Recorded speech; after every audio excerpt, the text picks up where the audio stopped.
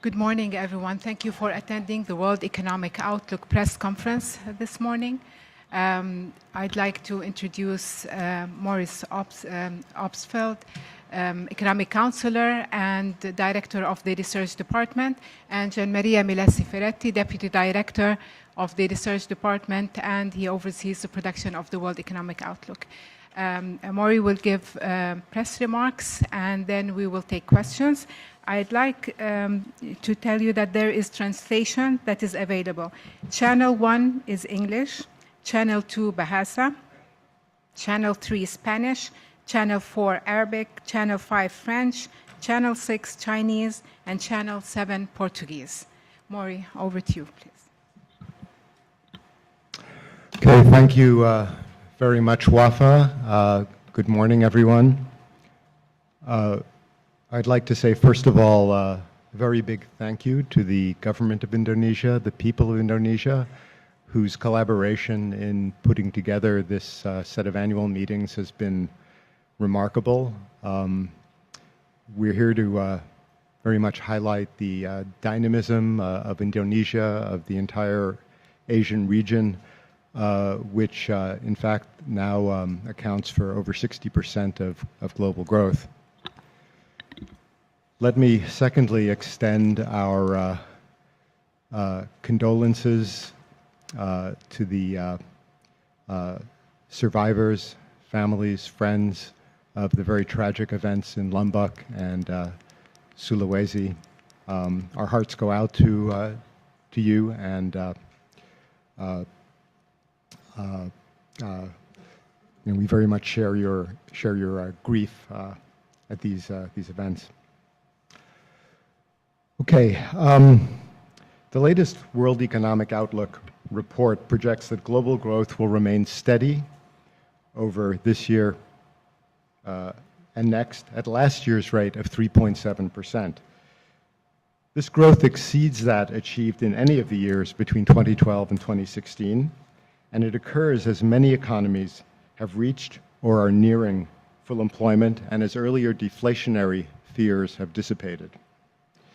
Thus, policymakers still have an excellent opportunity to build resilience and implement growth-enhancing reforms. Last April, at the time of our last World Economic Outlook, the world economy's broad-based momentum led us to project a 3.9% growth rate for both this year and next. Considering developments since then, however, that number now appears over-optimistic. Rather than rising, growth has plateaued at 3.7%. And there are clouds on the horizon. Growth has proven to be less balanced than we had hoped. Not only have some downside risks that the last WEO identified been realized, the likelihood of further negative shocks to our growth forecast has risen. In several key economies, moreover, growth is being supported by policies that seem unsustainable over the longer term. These concerns raise the urgency for policymakers to act. Growth in the United States, buoyed by a pro-cyclical fiscal package, continues at a robust pace and is driving U.S. interest rates higher.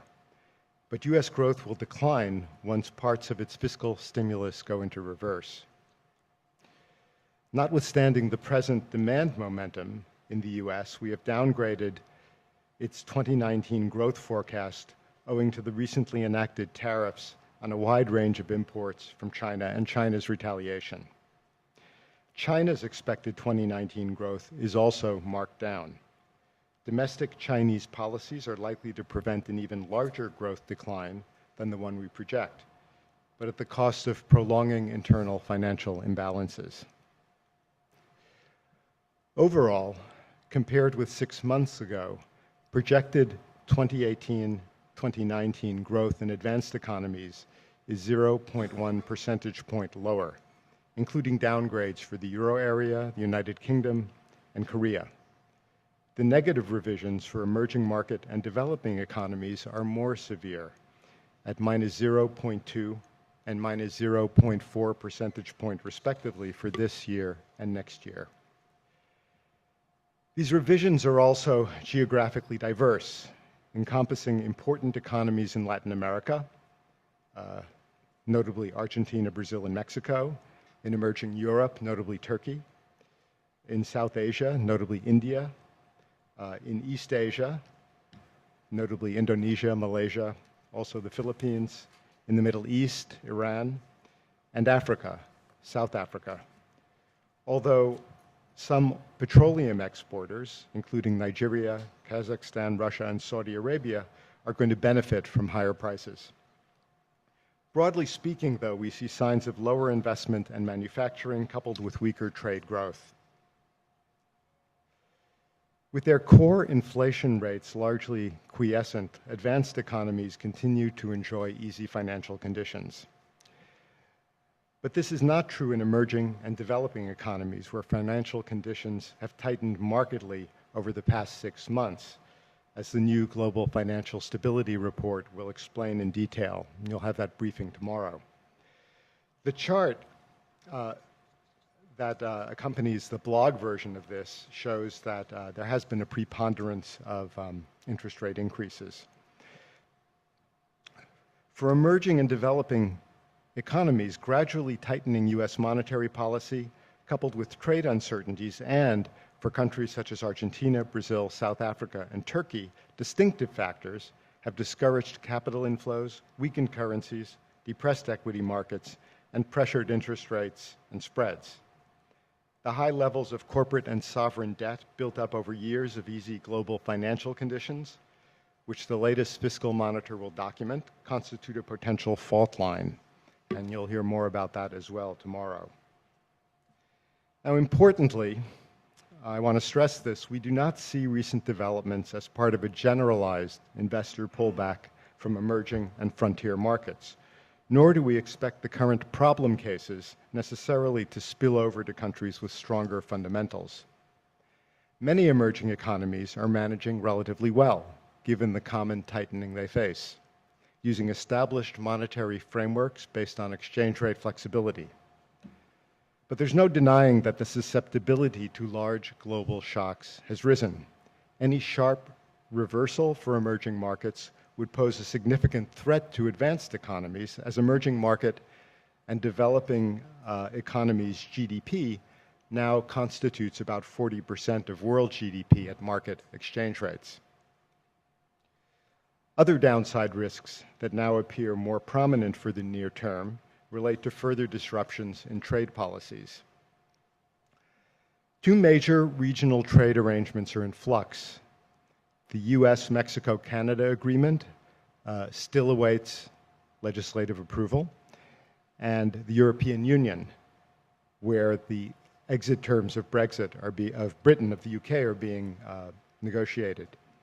US tariffs on China and more broadly on auto and auto part imports may disrupt established supply chains, especially if met by retaliation. And we have some simulations on this in the New World Economic Outlook. Reflecting these developments, news-based indicators of policy uncertainty have spiked recently, even if advanced country asset markets remain less concerned.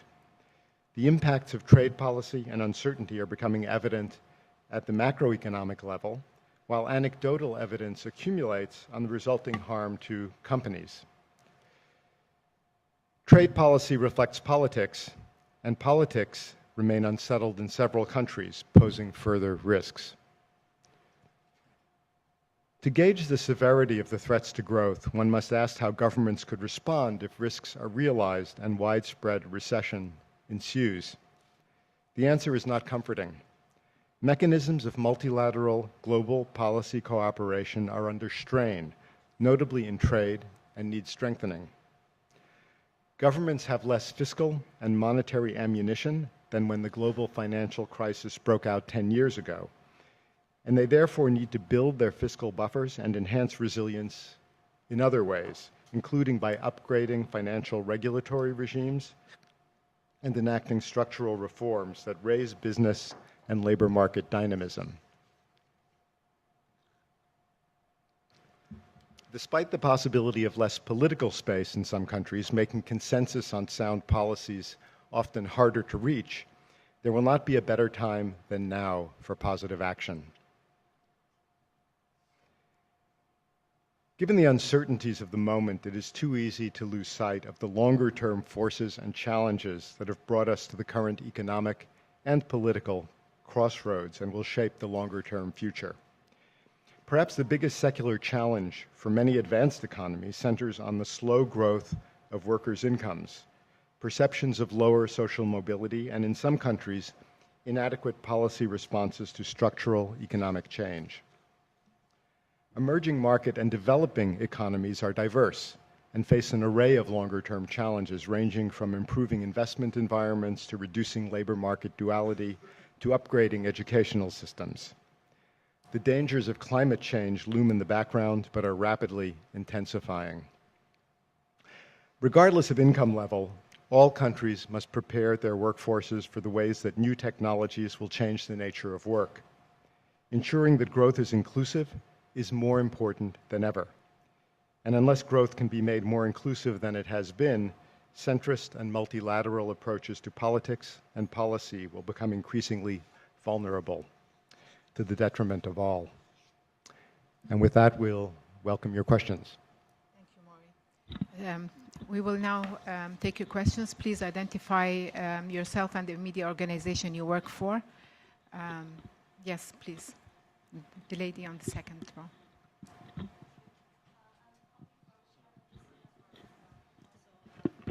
East High Media Group, and you have mentioned several risks related to the world economy, such as trade policies and emerging markets.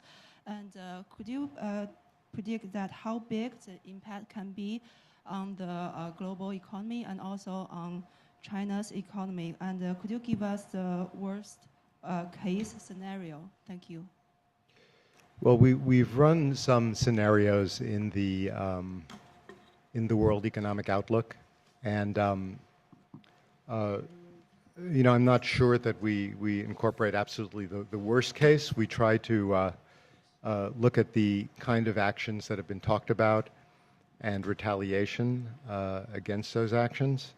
And we also try to incorporate what we think are fairly realistic effects on policy uncertainty, which can hurt investment, and on confidence, which affect asset markets. But it's definitely possible in those scenarios to take close to a percentage point off of world GDP growth if all countries act and retaliate. Now, in terms of China, our forecast for next year, for 2019 growth, has been downgraded due to the tariffs that we have actually seen on the the 200 billion of imports into the U.S. And that is an impact on China of 0.7% of GDP relative to our baseline forecast. We assume, however, that 0.5 percentage point of that is offset by the Chinese authorities' stabilization of the domestic economy, leading to a net fall of 0.2%. That set of actions, by the way, also reduces our forecast of U.S. growth for next year because we factor in China's retaliation. Thank you. Yes, please, the first row.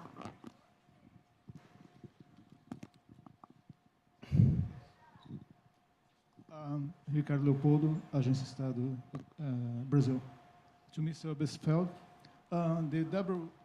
the World Economic Outlook emphasizes 2 points, especially about Brazil. One is about the need for social reforms, especially the social security, and also the stance of monetary policy in Brazil is supposed to be accommodative, especially because we have high unemployment and the growth is not so strong.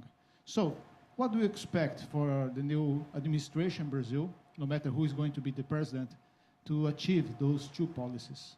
Thank you. Yeah. Jean-Marie, do you want to take on that one? So, yes, indeed, the key policy issue facing Brazil is high public debt and a high burden of pension spending, early retirement. And in order to stabilize the debt to GDP ratio, social security reform is clearly necessary, and that will have to be a policy priority of the next administration.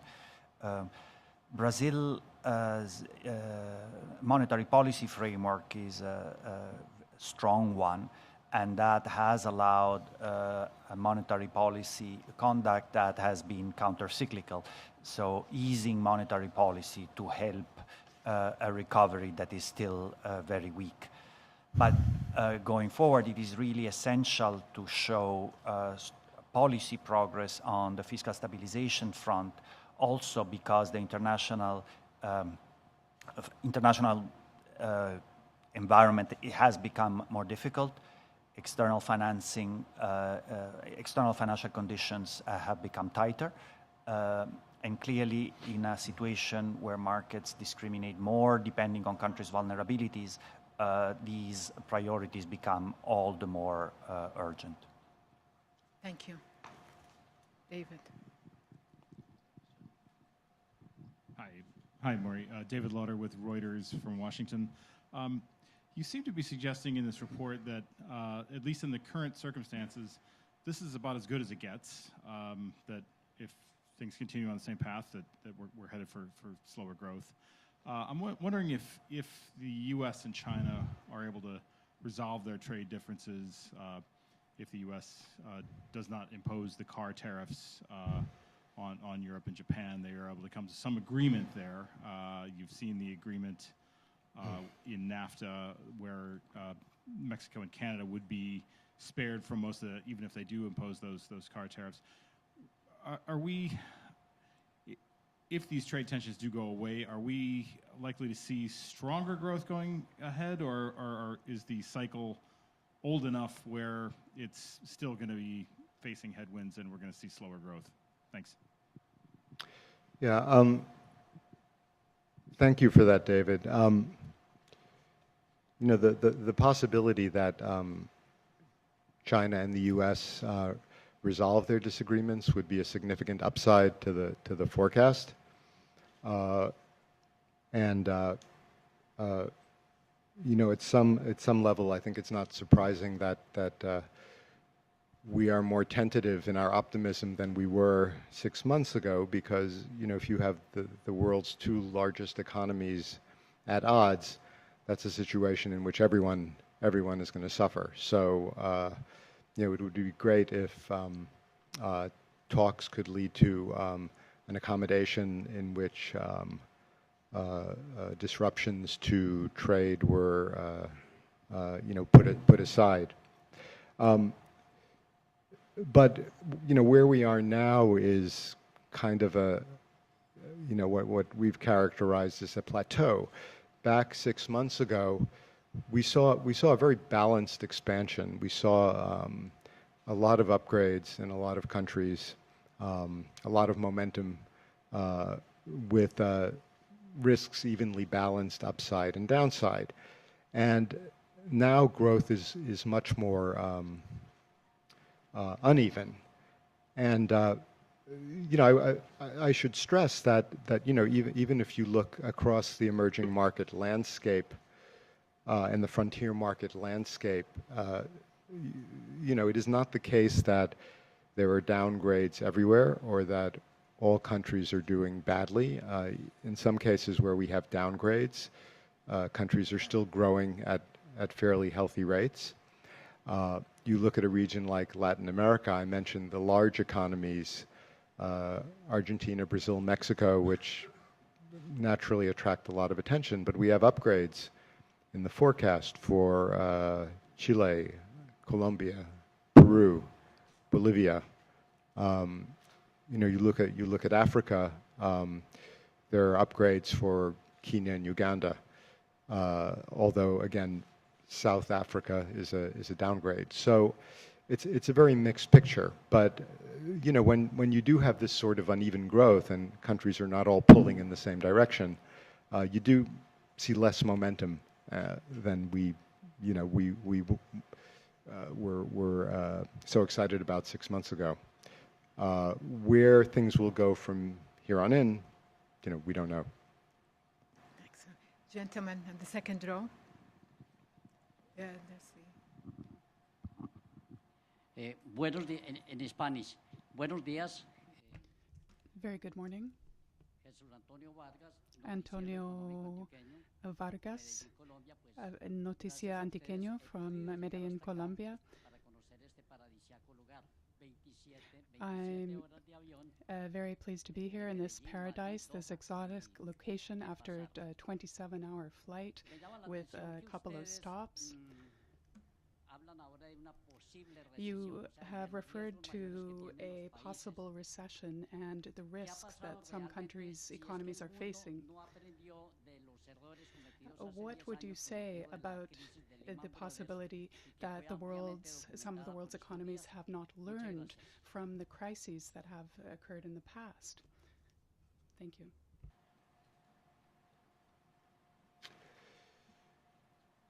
Well, we have a chapter in the World Economic Outlook that is being released today on the legacy of the global financial crisis, and you know, I would say that there have been important lessons learned from that event. You know, in many countries, banks are better capitalized and are safer. The Basel III framework was developed and is being put into place. Countries continue to rely on policy frameworks that, in many cases, actually serve them quite well in the global crisis itself. You know, where our concerns are in the fact that, you know, partially as a legacy of the crisis and the financial disruption and the recession that it caused, many countries have higher public debts than they had before. Interest rates are still quite low in many countries, leaving less room to cut should a new recession ensue. And even though there's been a lot of progress on financial stability, and you'll hear more about that tomorrow at the Global Financial Stability Report press conference, there's still work to be done on the agenda, you know, importantly in the area of non-banks and in other areas. So, you know, this is why we recommend to countries to continue implementing structural reforms. This would increase growth. This would raise natural real rates of interest throughout the world, to rebuild fiscal buffers so that they have the ammunition to respond if there is a crisis. And I think one of the lessons of the last crisis was that fiscal policy can be very powerful in combating recession. And so if you're in a situation where public debts are already too high, where markets might react adversely to a further increase in public debt, that could limit the positive effects of your fiscal actions. So, you know, to summarize, countries have learned a lot, but there's certainly more work to be done to prepare for the next recession. The lady in the second row.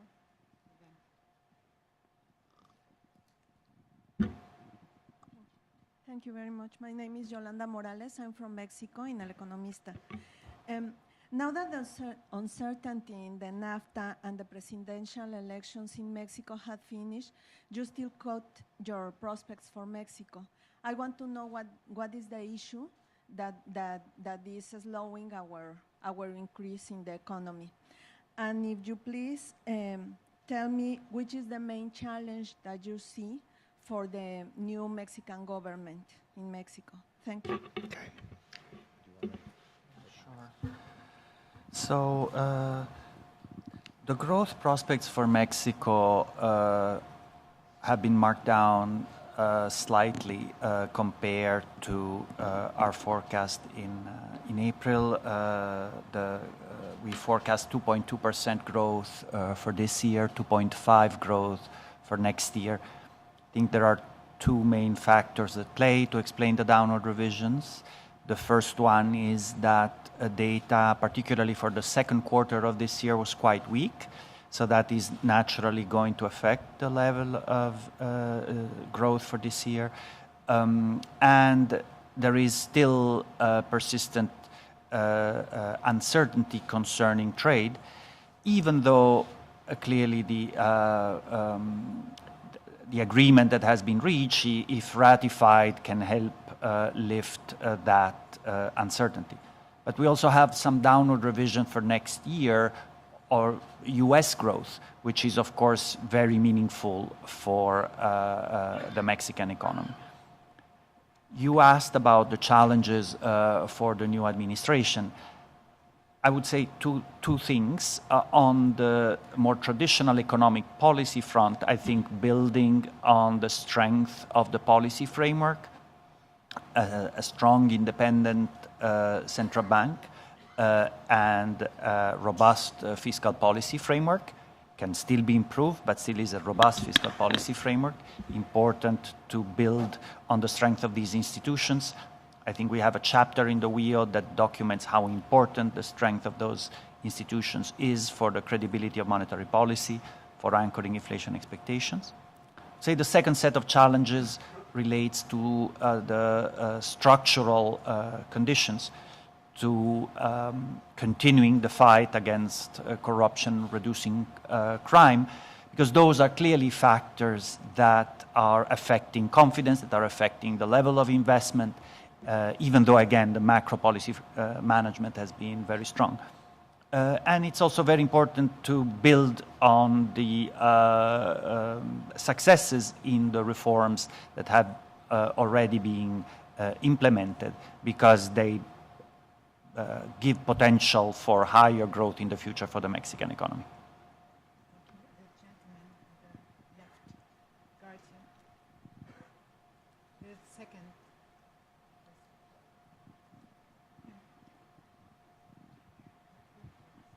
Good morning. Helmer Price from Alliance News.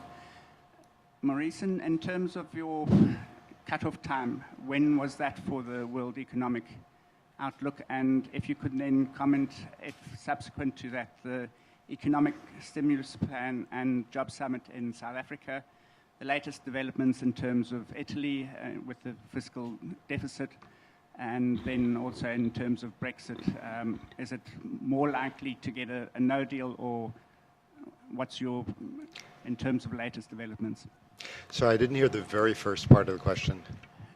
In the cutoff time for the World Economic... Sorry? The cutoff time? The cutoff time. Oh. Yeah. So when do you finalize the World Economic Outlook? Because I think the ones that I've mentioned are subsequent maybe to that, and whether that makes an impact. Okay, and then there was the South African Job Summit. And stimulus plan, and then in terms of Italy, what's happened in terms of the fiscal deficit, which I presume is also subsequent to that, and then also just in terms of Brexit negotiations.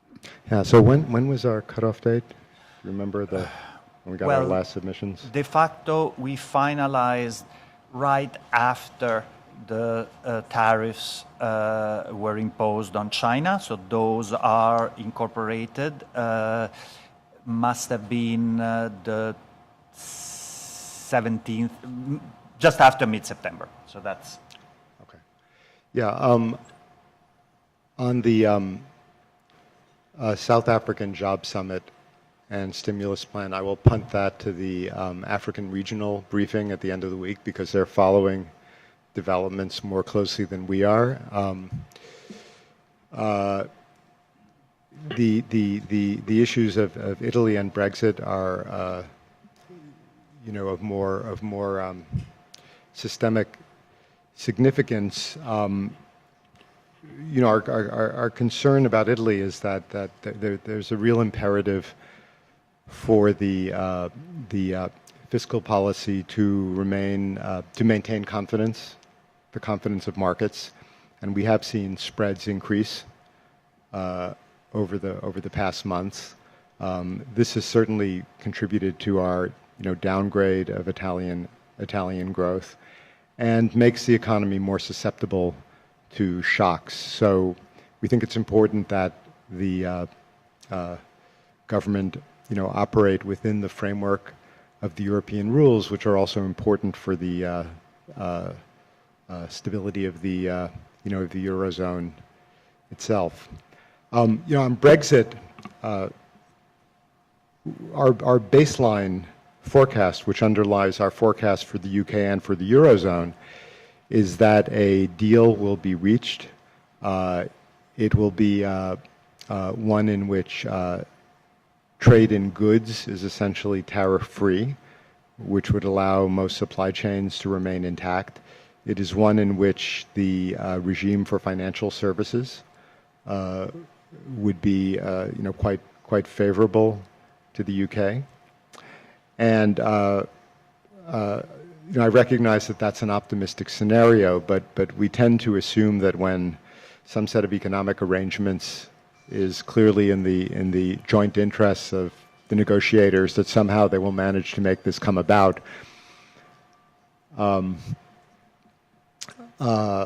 Obviously, if this does not come about, if there are arrangements which are more restrictive of trade, which put up more barriers, which disrupt supply chains, then this is going to be more challenging for both the UK and its Eurozone partners. And there are some very critical areas where technical agreement does have to be reached. For example, on how to handle clearing of derivatives over the the transition from old arrangements to new arrangements. So we know the negotiators have been working very hard. In fact, there's been a remarkable amount of progress on a lot of issues, and this often goes unnoted. But there are some very key elements that have not been resolved and that seem very difficult. So until we get more information, we will keep with our assumption that reason will and good policy will prevail, and hopefully will be proven right. Third row, second gentleman. Mayada, please.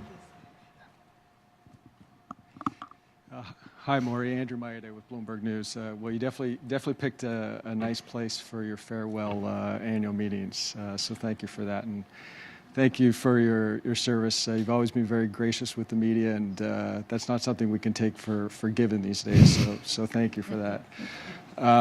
My question is about monetary policy. We saw People's Bank of China ease monetary policy, I think, yesterday. We seem to be seeing this divergence where the Fed is tightening faster than other central banks. Just wondering if you can talk about how you see that rippling through the global economy. Yeah. Thank you for those kind words, Andrew. It's been a pleasure to work with you over these several years as well. So, on the Fed, we have actually been seeing this story for a long time. Starting perhaps with the taper tantrum, but also the dollar's strong appreciation starting in the summer of 2014. So it's not like news that the U.S. has been recovering from the aftermath of the global financial crisis more quickly than other advanced economies. What's been added into the mix, perhaps, is that the pace of recovery in the U.S. has been boosted. I wouldn't even call it recovery. The U.S. has recovered. Pace of expansion has been boosted by a pro-cyclical fiscal policy, which is, arguably leading the Fed to raise interest rates more quickly than it otherwise would. We, like, the Fed dot plots, are forecasting one more hike this year in December, which will bring the total number to 4 for this year. And this naturally leads to some dollar strength. It leads to increases in interest burdens for indebted sovereigns and corporates. So it does carry some risks, which is why the general strength of the policy framework is so important. Many emerging economies have been navigating this quite well for some time. It's also true over this period that there have been periodic concerns about China's growth. When I came to the fund in September of 2015, this was shortly after the RMB devaluation and the switch in China's exchange rate regime. We had a period of several months of concerns, and so this has also been a theme. And so we shouldn't, place too much weight, I think, on these short-term developments. China's growth in the first half of this year was very strong. There have certainly been indicators of less robust growth more recently, but remember that in line with our advice and in line with what the Chinese authorities also have strongly endorsed, there have been attempts to tighten up the financial sector, particularly the non-bank sector, and to reduce the pace of credit growth, which everyone agrees is too high and has been a potential risk. And it was completely predictable that this would somewhat slow Chinese growth. Now, on top of that, growth in China has arguably been affected by trade tensions with the United States. So, what we have recommended, what our sort of mantra has been for a while, is that the Chinese authorities should de-emphasize the quantity of growth and think more about the quality of growth, i.e. the sustainability of growth longer term and its resilience to financial instability events. And our advice to China is to sort of stay the course. I mean, they are naturally taking some steps on the monetary front, like the action you mentioned, to shore up the economy. But they do have to balance those actions against the need to achieve a more stable financial sector, to achieve more deleveraging than they have, to exert better control over local government financing. And it is definitely going to be a balancing act for them going forward. But again, markets often tend to put tremendous weight on the most recent developments and perhaps exaggerate them. And much of what we're seeing now, we've seen at various times in various forms over the last couple of years. So it's not totally new. Thank you. The gentleman in the fifth row, please.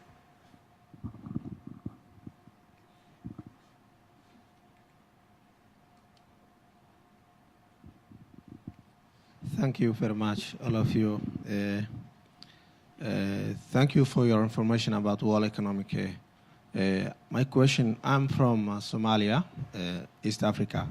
My question is, how about expectation of economic growth development in 2019 and 2020 in Africa compared with developing countries? And what are the suggestions that you have or recommendations to them? So I didn't quite hear the first part of that.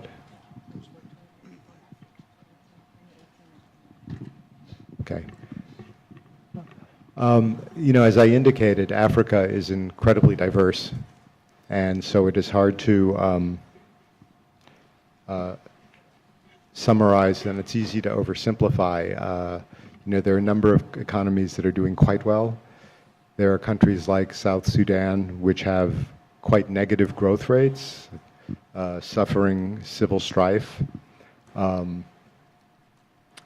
And this creates a very varied picture. Overall, we are projecting, and John Maria can correct me, that African growth is rising. It's rising in the nearer term to somewhere around 4%. And that, unfortunately, is a rate of growth that is really not sufficient to meet sustainable development goals, to fully employ a rapidly growing workforce. So, just broadly speaking, while different economies face different challenges, there is a real need for very thoroughgoing and ambitious structural reforms in Africa that would raise efficiency, bring people, particularly young people, into the labor force. In many countries where debt is high, put it on a more sustainable course, and in many countries also to improve governance, which is a very big problem in a number of countries. I don't know if you want to add to that, Maria. Maybe just to add that the aggregate growth rate for the continent is held down by the fact that the three largest economies are not performing up to their potential. Nigeria's growth, 1.9% this year, 2.3% next year. South Africa only 0.8% this year. Angola contracting by 0.1% this year. So the aggregate, this over 3% this year, close to 4% next year, is despite the largest economies in the continent doing poorly. The continent could do much better once these economies are on a more solid footing, particularly South Africa and Nigeria, because they're really large and affect a number of countries in their neighborhood. Thank you. The gentleman on the sixth row.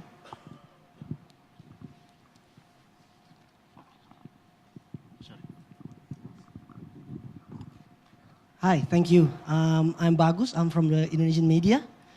I've been wondering, because this is Indonesia and we are hosting the meeting here, and I think it is important for us to also understand what the World Bank or IMF think about Indonesian economy, because you already mentioned about Indonesia as one of the emerging economy today.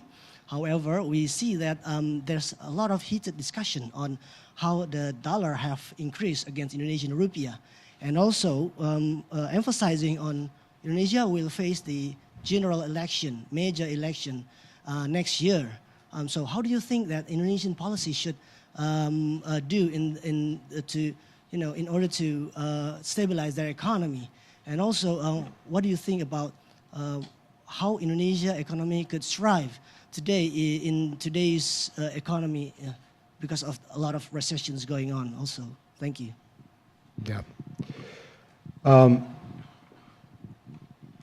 I think it's important to realize, number one, that the gradual tightening of monetary policy in the U.S., the approach of more tightening in the euro area, and the general tightening of financial conditions facing emerging markets throughout the world is a common factor that a number of countries are contending with. And, it's easy from the perspective of one's own country to talk about the weakness of the currency, but if you take a broader view of the world, you might talk more naturally about the strength of the dollar. And I think that's what we're seeing. One way to gauge this is to note that even though the rupiah this year has depreciated against the dollar by something like 10%, its depreciation on a weighted effective basis against its trade partners is only 4%. So one doesn't want to exaggerate the extent of the issue. So that's important to keep in mind. The Indonesian growth story has been a real success story, and even though we have downgraded our growth forecast for the next couple of years due to a number of factors, tighter global financial conditions, oil prices, the effect of U.S.-China trade tensions and how those might affect Indonesia. Growth is still expected to be fairly strong. And this provides an opportunity for the government to bring up the level of what it does for the Indonesian people to something more consistent with the growing incomes that the population enjoys. For countries of Indonesia's income level, we would think that there might be a higher level of tax revenue, which would allow investments in the educational system, in infrastructure, in the social safety net, all of which would be very beneficial, I think, to the people. So our sort of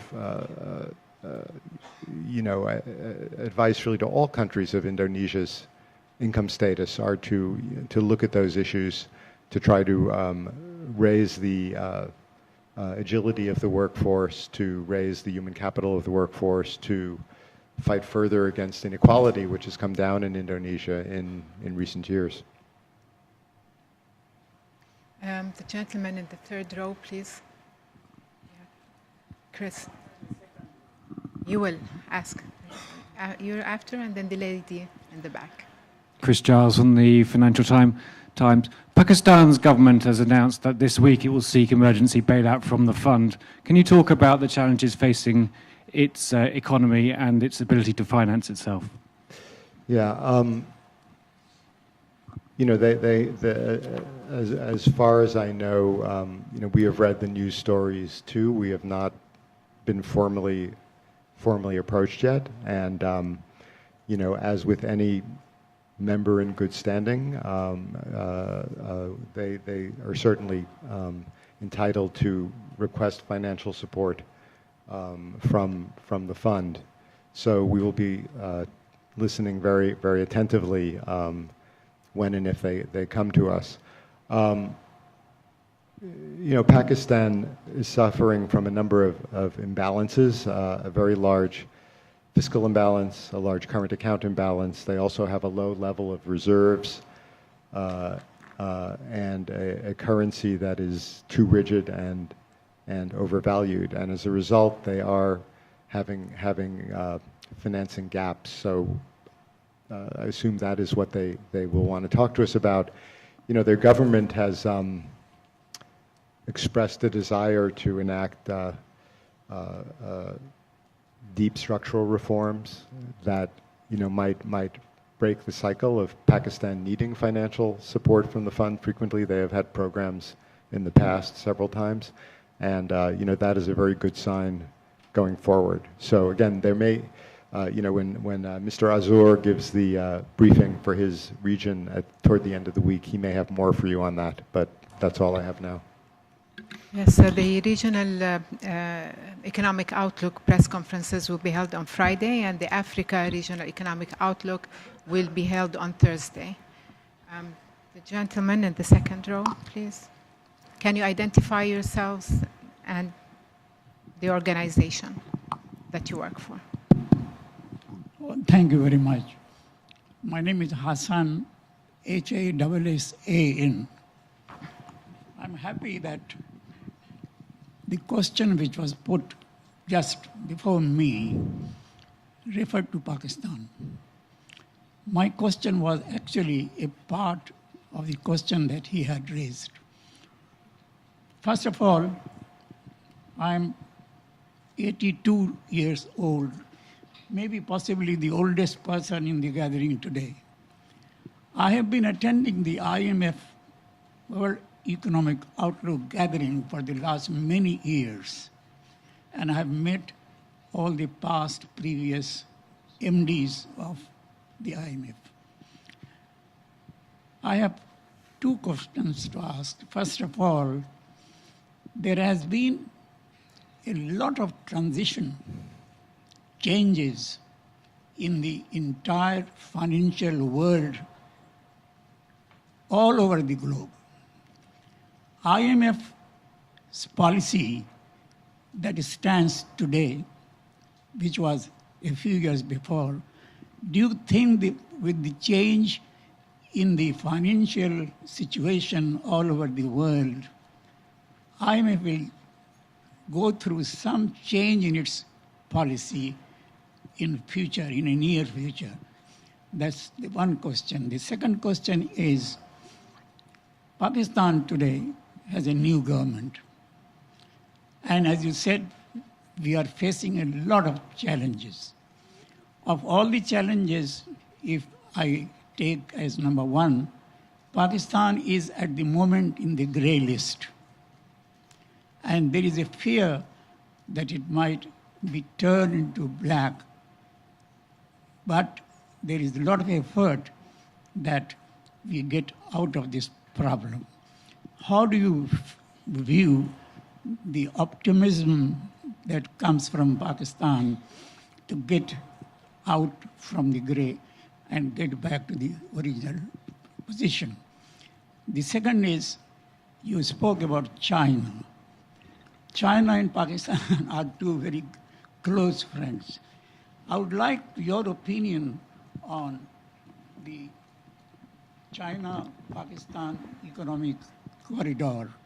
Thank you. And there has been a lot of work going on in terms of progress of Pakistan's coastal areas, roads, and other things. How does IMF view the relationship and the development progress that is coming from China to Pakistan? Thank you. Thank you very much. Okay, thank you for those questions, Hassan, and may you attend many more annual meetings. I won't be here, but hopefully you will. You know, in the financial system, you know, finance is very dynamic and has evolved and continues to evolve. And you know, one of the important evolutions of the IMF over the years has been its much greater attention to the details of financial markets. Back in 1980 or so, there was no financial stability report, and in fact, the fund began a capital markets report within the confines of my department, the research department, and that proved so influential that it ultimately became the flagship of our current MCM, Money and Capital Markets Department, which, you know, didn't exist back in 1980. It just wasn't thought of as being part of the sort of main sort of macro framework that the fund worried about. So, you know, if you come to the briefing that my colleague Mr. Adrian will give tomorrow with his staff, you will see the you know, the results of that in its full glory. And you know, I think one of the lessons we've learned, and this goes to the lessons of the crisis, is you know, you have to watch financial markets very carefully because they change, they evolve, particularly when you put constraints on them, regulatory constraints. They evolve in such a way as to evade them. And so a lot of the work that we do through our financial sector assessments, through our analysis, is to try to track this and not to be always in a situation where we're fighting the last war. So that is a real challenge going forward that we take very seriously. You know, in Pakistan, you know, this is obviously a country with immense potential. And again, you know, our job at the fund, through our surveillance, through our capacity development, is to help our members try to attain their potential. You know, if we enter into discussions later this week on a possible program, that will be another opportunity to try to make progress. And again, as I said, the government seems to have the idea, which is a good idea, of making durable progress. And so if that can happen, that would be terrific for Pakistan and its people. On cooperation with China, this has definite potential benefits, but also risks. Pakistan needs more infrastructure, as you said, and this is a source of infrastructure and connectivity. But it's also important that the design of projects, the governance of projects, be sound, and that excessive debts which cannot be repaid are avoided, because that just leads to financial instability and to lower growth. Thank you. We have one more question. The lady in the back, please. Yes.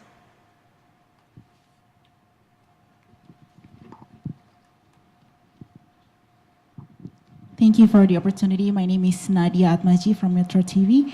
You said that some countries, especially the emerging countries, are responding in different way towards the economic situation. In the case of Indonesia, amidst this uncertainty, we're still trying to boost our and to maintain our infrastructure development, and now we are looking for a new financing scheme. And what do you think about this strategy to respond to the situation of the economy? Well, Indonesia definitely needs more and better infrastructure along a number of dimensions, and so the efforts that the government has made are very welcome. We also think that Indonesia could benefit even more from further opening to foreign direct investment, which could supply a greater degree of its infrastructure needs. Indonesia is a rapidly growing economy. It is a huge market. Foreign direct investors will find it very attractive in a setting where they are facing fewer regulations or fewer restrictions. So I think for Indonesia, this is possibly a very attractive way forward. Thank you very much, Maury. This is your last press conference, World Economic Outlook press conference. Is there anything you would like to say to the media? Yes, thank you, Wafa. I'm going to return Andrew's compliment now. One of the most satisfying and I think important functions of the job of the economic counselor of the IMF is to give these press conferences and to interact with the press. This is obviously important to you. It's your job, but also I think it's important to the effectiveness of the fund. And so we put a lot of effort, a tremendous amount of effort, into preparing for these press conferences and to thinking about how we can best respond to your questions. You in the press and we are actually partners in educating people about the economic issues that are very central to their lives. Your demand for clear communication from us helps us to bring our message closer to those who we seek to help, which are the populations of our 189 member countries. Your questions, particularly when they are hard questions, also help to raise our credibility in the long run, no matter how uncomfortable they might make us in the short run, because they keep us accountable, and the public sees that we are accountable. So, I want to say thank you to you for all that you do. You help us to present an alternative vision to those who deride experts and expertise, and that's very important in today's world. Thank you. Thank you again, and thank you, Jean-Maria. Thank you for attending the press conference.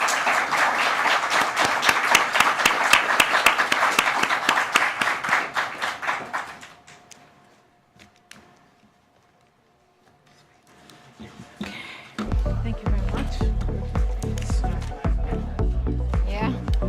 ¿Cómo está?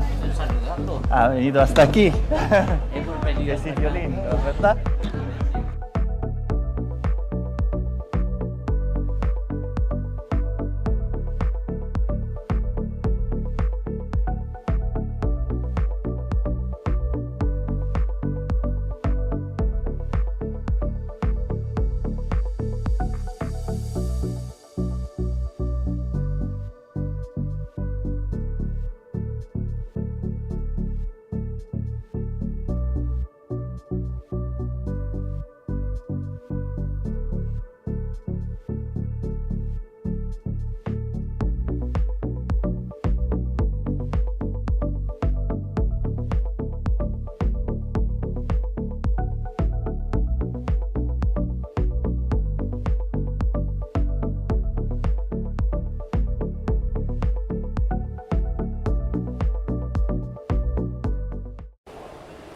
Halo pemirsa Kemenkeu Corpu TV, itu dia baru saja kita saksikan press briefing World Economic Outlook dari International Monetary Fund atau IMF.